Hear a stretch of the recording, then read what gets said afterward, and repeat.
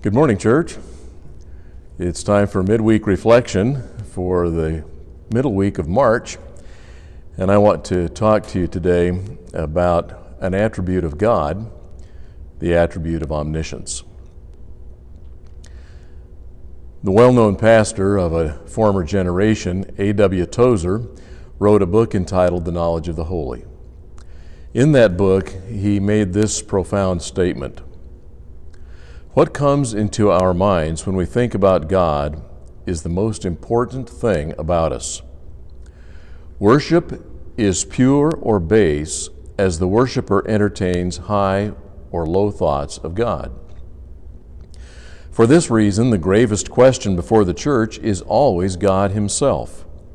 And the most portentous fact about any man is not what he at any given time may say or do, but what he is in his deep heart conceives God to be like.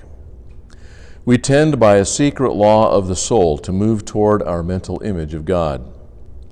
This is true not only of the individual Christian, but of the company of Christians that composes the church. Always the most revealing thing about the church is her idea of God, just as her most significant message is what she says about Him or leaves unsaid. I think that's a rather profound statement, as it gets our attention centered in the ultimate sovereign of the universe and the master architect of our salvation, God Himself in three persons. On several occasions, when I've done the weekly reflection, we've looked at attributes of God, and for the reason that those understandings of His attributes should inform the view that we hold of God. In forthcoming reflections, I plan to continue looking at those attributes from time to time. I do that because when we know God aright, we will be in a better position to know ourselves aright.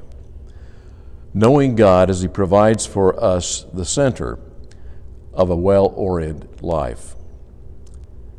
Today and in future reflections, I want to attend to the so-called omni-attributes of God, namely, omnipotence, which means all-powerful, omniscience, which means all-knowing, omnipresence, which refers to His being everywhere present, and omnisapience, which means He's all-wise.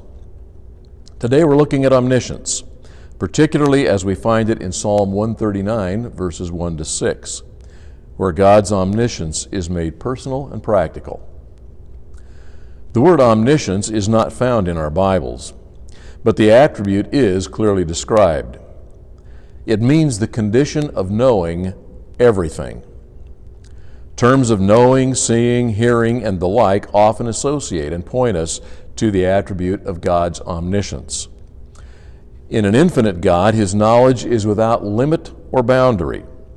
God's knowledge extends to all things past, present, and future, and even includes not only the actual, but also all things possible. While we have knowledge, and perhaps even expert knowledge in some fields, we are not surely all-knowing.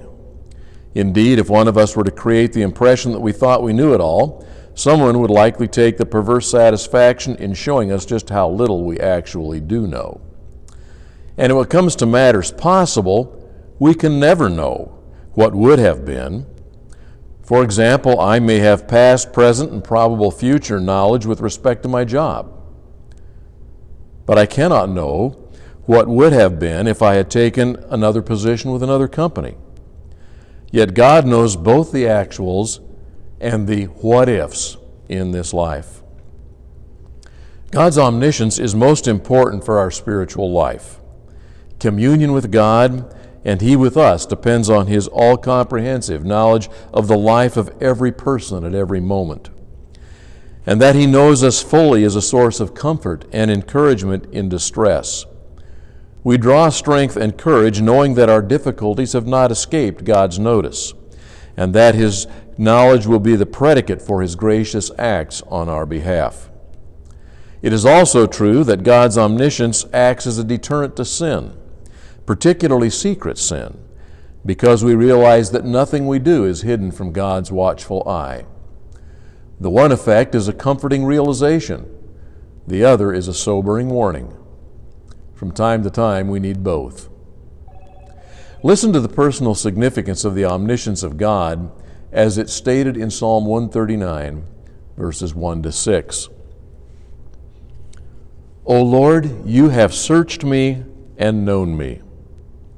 You know when I sit down and when I rise up.